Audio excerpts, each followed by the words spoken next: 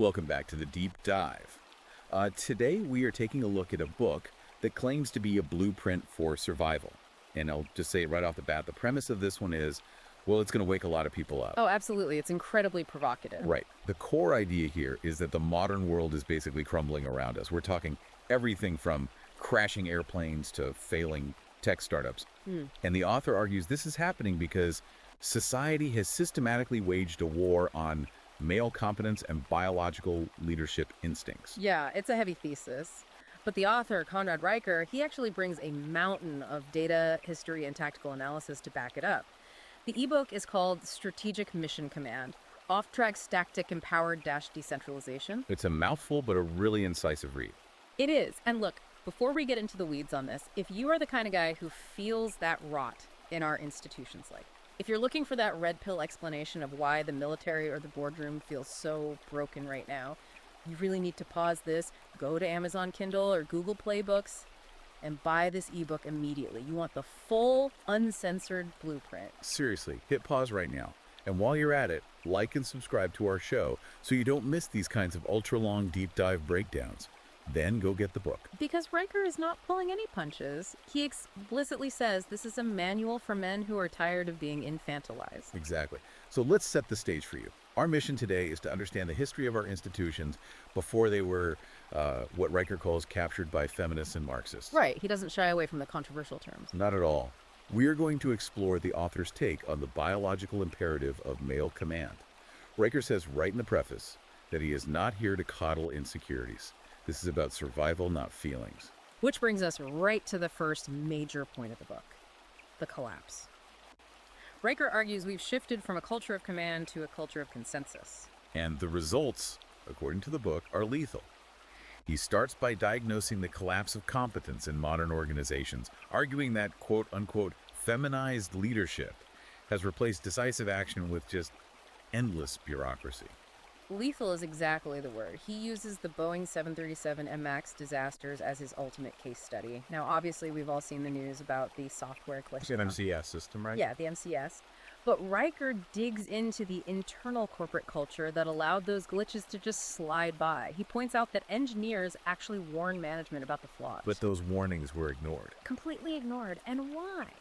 Because according to Riker, the corporate culture had shifted to what he calls safetyism and HR compliance. The engineers were basically told that their warnings were negative and bad for morale. Let's drill down on that for a second. Bad for morale in an aviation engineering context. That's wild. It is wild.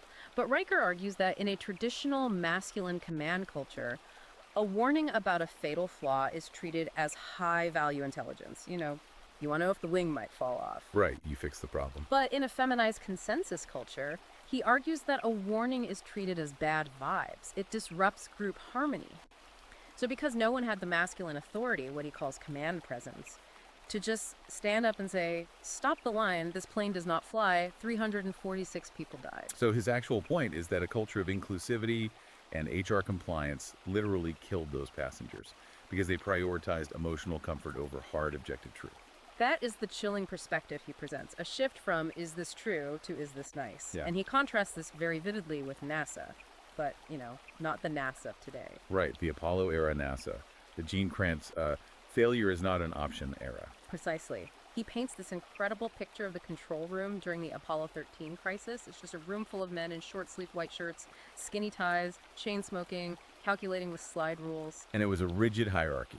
Total hierarchy. There was no voting, no committee on feelings, just decisive masculine authority saving lives through action. But I mean, didn't they collaborate? They had to solve that complex carbon dioxide problem together. They collaborated on the solution, sure, but the decision-making was entirely hierarchical. In Apollo 13, the flight director made the call and everyone executed, period. And he compares that to the Space Shuttle Columbia disaster. Right, decades later. With Columbia, you had what Riker calls inclusive decision-making. You had engineers like Rodney Rocha sending emails warning about the foam strike that hit the wing. But his emails were ignored. Ignored or softened. They didn't want to disrupt the group consensus or step on anyone's toes. They were totally bogged down in bureaucracy. It sounds like a total loss of individual responsibility. Like, if a committee makes a choice, no single person is really to blame when it fails. Exactly. And that leads to this concept Riker introduces called the corporate coup. This is where he details how HR departments have destroyed the archetype of the company man. The corporate coup. He's talking about the fundamental shift in hiring practices there. He is. The argument is that corporations stopped valuing command presence, that ability to take charge and accept risk, and started valuing collaborative empathy. And there's a really fascinating example he gives about Amazon. Oh, the hiring AI. I remember the headlines about that a few years ago. Yeah, but Riker goes way deeper than the mainstream headlines did. In 2018, Amazon built an AI to screen resumes because they just had too many applicants. They wanted to find the best candidates efficiently. But they ended up having to scrap it because the AI developed this quote-unquote hatred for women. Right, and the typical media narrative was that the AI was biased because the programmers who built it were biased. But Riker flips that entirely. He points out that it was a machine learning algorithm analyzing decades of actual success data at the company. It looked at who actually succeeded in high-stress, high-performance roles. And what did it find? It identified that resumes using words like captured, executed, or captain-aggressive masculine verbs were the absolute strongest predictors of success. So the machine just looked at the raw data and concluded that masculine traits correlated with high performance. Correct. And when the AI started downgrading resumes that lacked those conquering terms, which just happened to be mostly female resumes, the programmers panicked. They tried to tweak the code to stop it, but the AI kept finding the same pattern anyway, so they shut it down. Because it violated the social dogma. Exactly. Riker argues the AI delivered an uncomfortable truth, that the traits that actually build empires, aggression, dominance, command, are not evenly distributed. Wow. So if the consensus model is failing so badly, what is the solution? This brings us to the actual title of the ebook, Auftragstaktik. Auftragstaktik. It translates roughly to mission command. It's a German military doctrine that was perfected by the Wehrmacht to dominate Europe early in World War II. But the underlying principle is much older. It's about radical decentralization. Now, decentralization is a huge buzzword in tech right now. You hear companies say, we're a flat organization all the time. Is this what he means? No, not at all. Riker's very specific here. In the corporate world, empowerment usually just means you can pick the font on your slide deck, but you still need 5 signatures to email it. Auftragstaktik is a very specific, rigid formula. It has 3 parts: the commander's intent, the resources, and the constraints. Okay, let's break that down for the listener. How does that look in practice? So the leader gives a perfectly clear objective. Take that hill. I need it taken by 1,300 hours to cover our flank. That is the intent. Then he gives the resources. You have 1 squad and 2 mortars, and he sets the constraints. Do not cross the river. And then what? And this is the crucial part, he shuts up. He doesn't tell them how to actually take the hill. Never. That is the cardinal sin of Auftragstaktik. If the leader steps in to micromanage the how, he completely destroys the subordinate's autonomy and breaks the feedback loop. You have to trust the competence of the man on the ground. Riker points to the Mongols as the ultimate historical proof of this. Genghis Khan. Right. Genghis Khan controlled 12 million square miles. You cannot micromanage an empire that massive using horses and smoke signals. He did it by trusting his generals. He'd hand a general an army and say, conquer this region. That general might be a 3 months ride away. So he had total autonomy. Total autonomy to destroy cities, make treaties, flank armies, whatever he saw fit to accomplish the intent. And the stakes were incredibly high for those generals. Life or death. If they succeeded, they became wealthy kings. If they failed, they died. Brutal, but undeniably efficient. And Riker contrasts this historical reality with modern, bloodless attempts at decentralization, like holacracy. Right, like what Zappos tried to do, getting rid of all the managers.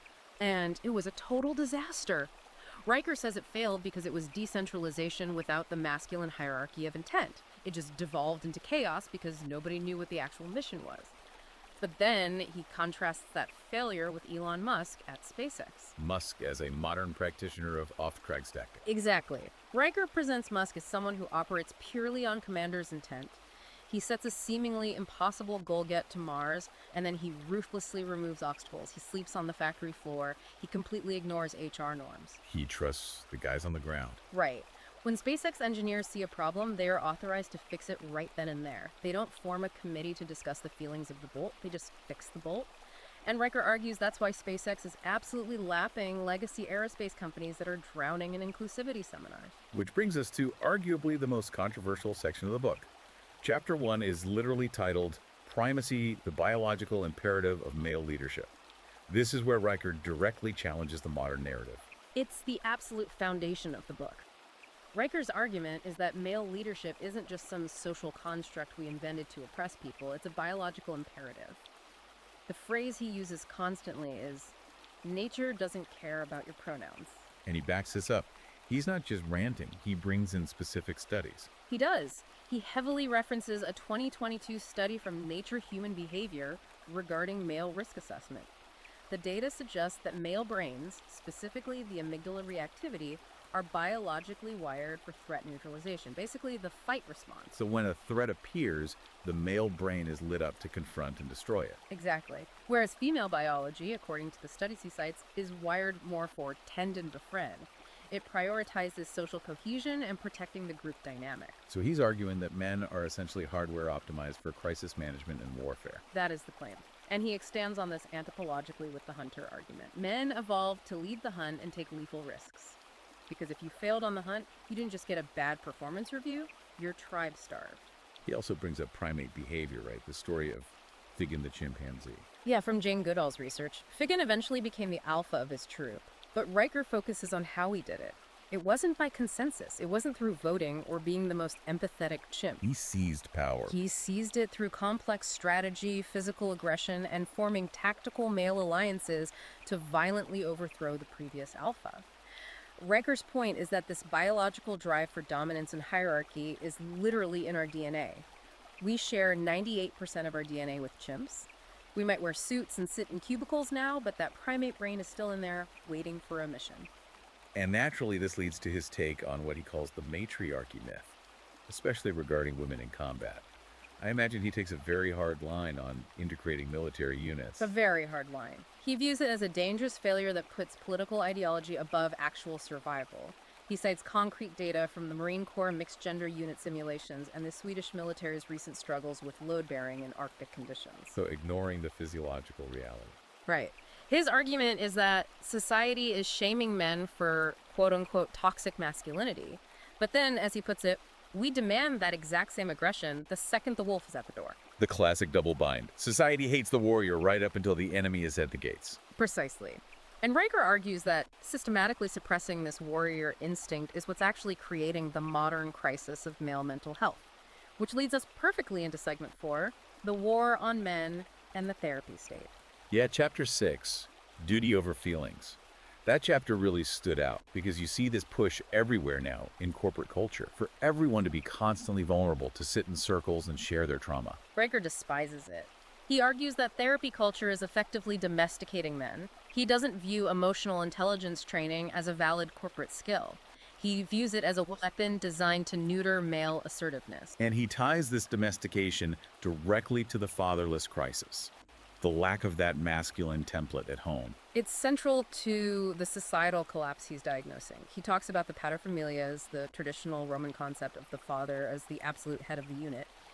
He argues that young boys desperately need the drill sergeant energy of a father to learn resilience. There was a really striking statistic he cited about that. Yeah, that 78% of enlisted men view their drill sergeant as the most influential male figure in their lives. 78%. I mean, that implies the drill sergeant is literally stepping in to fill a massive void left by an absent father. That is exactly what it implies. The drill sergeant provides the structure, the strict discipline, and the rite of passage that modern feminized society has completely stripped away from young men. Which explains the whole red pill awakening he talks about. Right. Men are just opting out. They are leaving the traditional institutions, churches, unions, political parties, because those institutions pathologize their natural instincts. Instead, Riker points out, they are turning to martial arts gyms, private brotherhoods, and decentralized red pill networks. Forming parallel structures. Exactly. These are becoming the new decentralized centers of male power because the legacy institutions have rejected them. But looking forward, what happens when we throw technology into the mix? Chapter 7 talks about the algorithmic coup. We hear constantly that AI is going to replace everything, including leadership. Does Riker think AI is going to replace these men? He argues it absolutely cannot, and if we try to let it, we will lose. His core argument here is that AI is fundamentally risk-averse. It plays not to lose. It doesn't play to win. Right. It lacks the biological, hormonal drive for dominance and self-sacrifice. As Riker says, you cannot code honor or courage into a Python script. This brings up one of the most powerful historical examples in the whole book, Hmm. the Stanislav Petrov incident. The man who literally saved the world. It was 1983. Petrov was a Soviet officer, and his early warning computer systems started flashing that the United States had just launched 5 nuclear missiles at the USSR. And the established military protocol was extremely clear. Retaliate immediately. An AI system would have followed that protocol without hesitation. A consensus committee would have been paralyzed by fear and bureaucracy until it was too late. But Petrov was a single man in command, using human intuition. He sensed the machine was wrong. He reasoned it out. He figured if the Americans were actually launching a preemptive nuclear strike, they wouldn't just send 5 missiles, they would send everything they had. So he trusted his gut over the machine and reported it up the chain as a false alarm. And he was right. It was a satellite glitch. A glitch that an algorithm would have used to end human civilization. A man saved the world because he possessed the masculine capacity to disobey protocol based on higher strategic judgment. And that ties right into the OD loop concept Riker discusses. Yeah, the ODA loop. Observe, orient, decide, act. It's a classic fighter pilot concept. Riker argues that yes, AI can observe and act vastly faster than any human, but it completely fails at the orient phase. Because orienting requires context. It requires cultural context, morality, and understanding the human element of warfare. Riker argues the male brain is evolutionarily optimized for this specific loop in high-stakes, lethal environments. If we hand that orient phase over to algorithms, or worse, to consensus committees that take 3 weeks to decide anything, we are going to be conquered by cultures that didn't make that fatal mistake. Man, there's just so much to digest here. It is a complete ground-up reframing of how we look at leadership, history, and our own biology. It really connects the dots between the micro, like why your corporate HR department is so annoying, and the macro, like the actual fall of civilizations. It's a stark warning. Riker's essentially saying that the luxury of ignoring these biological realities is over. The world is getting more dangerous by the day, not less. So let's bring it home for the listener. Riker ends with a direct charge to the reader. What is his final takeaway? The epilogue is a pure call to action. He tells the reader directly, you are not an AI. You are not a manager. You are a leader. The core message is that men need to stop apologizing for their inherent strength. Stop trying to squeeze yourself into a system that fundamentally hates you. Instead, as he puts it, command the mission. Command the mission. That is a really powerful place to land. Look, we've covered a ton of ground today, but honestly, we've really only scratched the surface of the data, the history, and the tactics Riker packs into this blueprint. If you're listening to this and nodding your head, if you feel like this finally explains the chaos you see in the world, you really need to read the full text. Absolutely. Go to Amazon Kindle or Google Playbooks right now. Search for Strategic Mission Command, Off-Track Tactic, Empowered Decentralization. Buy it and support the author. This is exactly the kind of unvarnished truth that tends to get suppressed in the current climate, so you want to get it while you still can. And make sure you follow the author, Conrad Riker, over at Substack. That's at Conrad Riker. He's building a community over there that sounds like it's exactly what many of you are looking for. And finally, I want to leave you with a provocative thought to mull over. Riker suggests that men are actively building parallel structures because the legacy ones are rotting from the inside out. So if you are a man listening to this right now, are you just sitting there watching the rot? Or are you actively building your own stronghold? Something to seriously think about. Thank you for listening to this deep dive. Make sure to like and subscribe, and we'll catch you on the next mission. Man,